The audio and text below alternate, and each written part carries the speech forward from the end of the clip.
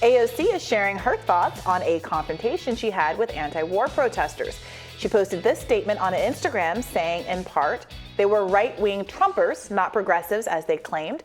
This time, they were parroting pro-Putin talking points. It is not anti-war to support Russia's imperialist project to invade and seize neighboring countries. The New York Congresswoman also addressed comments made about Tulsi Gabbard, saying, Gabbard voted for more defense budget increases than I ever have. Look it up. Meanwhile, Tulsi Gabbard has endorsed Republican candidate Kari Lake for governor in Arizona. She tweeted her support and highlighted that, quote, Kari Lake isn't afraid to call out the warmongering elitist cabal of permanent Washington and the military-industrial complex. A lot to unpack here. Indeed. Okay, so right off the bat, a lot of leftists were very frustrated by AOC's response. Even some people who were initially sympathetic to her, they didn't like the tone of the protesters, they didn't like the way they shouted her down, have been turned off over the course of the following couple of days for the following reasons. One is, I think, really aggressively mischaracterizing what the protesters were asking for.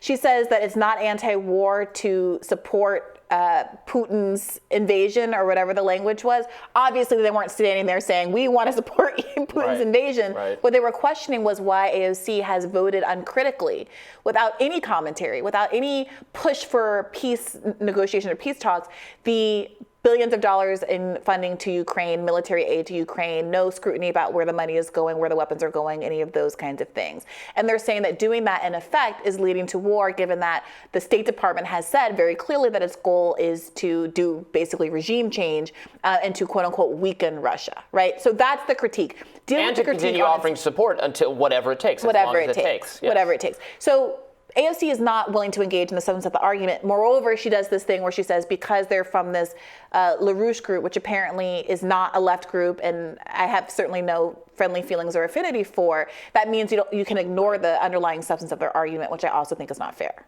Lyndon LaRouche and his acolytes are genuinely weird people, sort of conspiracy type kooks that kind of defy easy categorization. They are in some ways lefty, they are in some ways right. I think they like mostly drawing Hitler mustaches on people. I think I remember their flyers from campus. You didn't have any?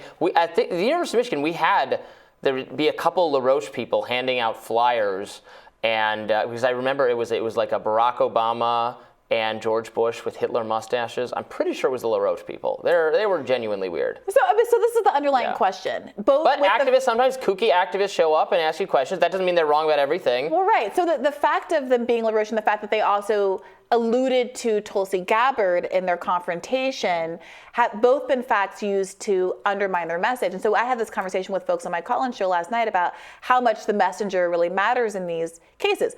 I made the case on this show, if Marjorie Taylor Greene is right about getting rid of the FBI, we can take that part and reject the rest of Marjorie Taylor Greene. If these protesters are right about criticizing AOC's stance on the Ukraine-Russia conflict, I say we take that and throw it away. Right. And if Tulsi Gabbard has managed, despite, I think, the legitimate hypocrisy of her stumping for a pro-war candidate, happens to be right on the war in Ukraine, I think that we can say that too at the same time that we criticize her hypocrisy in this other area. But AOC at the end of the day has shown a complete and total unwillingness to engage in the substance of any of this. Yeah, I think that's right.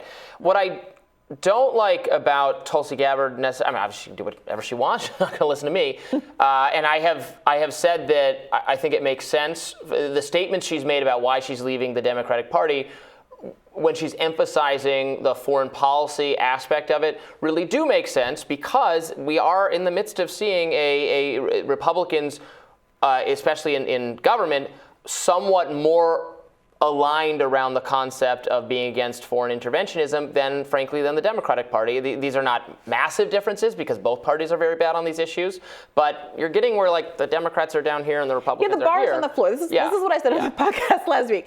The bar is on the floor. If you are made uncomfortable by the fact by someone who you think does not have true anti-war bona fides, being heralded as the best person, or a party even that does not really have anti-war bona fides being heralded as the best that we have in this country. The solution to that is being better. Right. Just get to the left of them. So Tulsi herself is someone I hold in high esteem because she has made this a significant part of her public persona, and her advocacy is the foreign policy views that I agree with.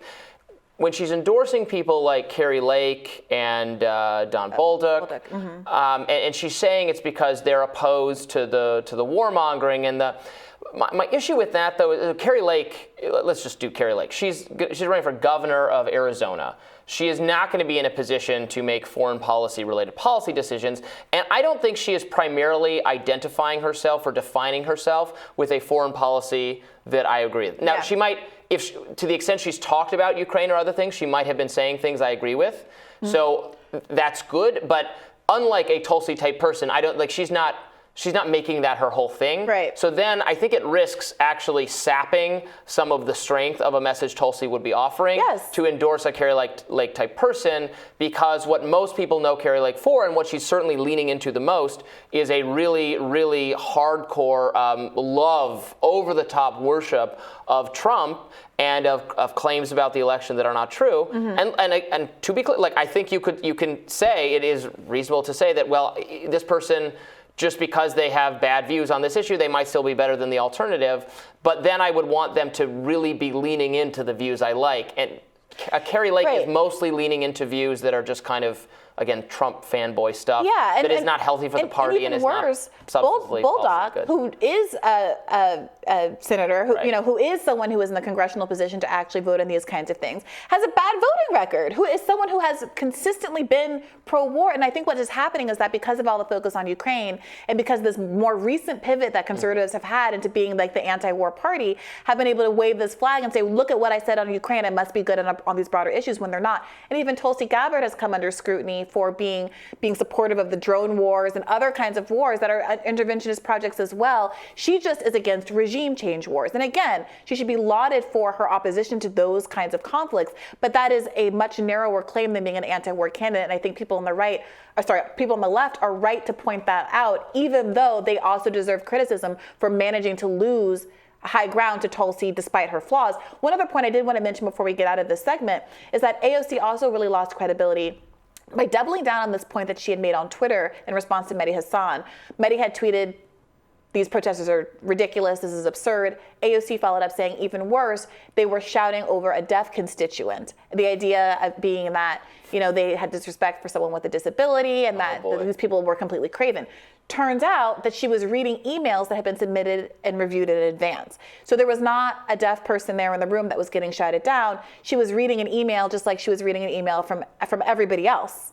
And so people were making this claim that she's now weaponizing disability in order to defend herself. And in this post, now this Instagram post, she follows up on that claim, saying, for example, in the video, they cut out the part where they waited to yell until a deaf constituent was trying to ask a question, so it would look like everyone was mad at their words instead of the fact that they were harming a person with a disability. It seems incredible that she would double down on that after longer videotape, after the protester himself, Jose Vega, has been interviewed on other platforms explaining what had happened. That's pretty bad. One's disputed that there was no deaf person in the room, even people who were defending AOC in the first instance. So this is why even people who defended her immediately after the fact have had an evolution over the weekend. And AOC keeps putting her foot in it. If she doesn't want to be the focus of these kind of attacks, and I think she gets a lot of undue, unfair attacks as well, she needs to be a little bit more circumspect about her posting. Yeah. There was an interesting story in a magazine feature in the New Republic that I was reading yesterday.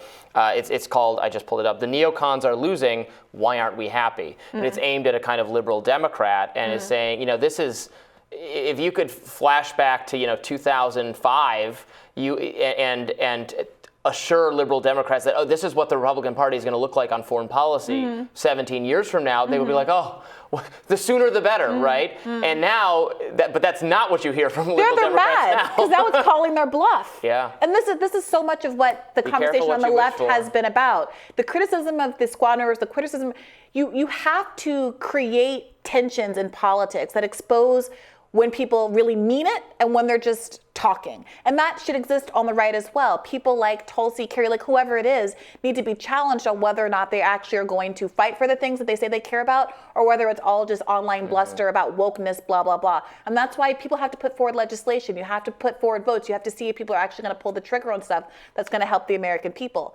And the Democratic Party has been very aggressively oppositional to leftists who have wanted that to happen, oppositional to force the vote, oppositional to the idea of forcing a vote on the Fight for 15, which is an overwhelmingly popular policy.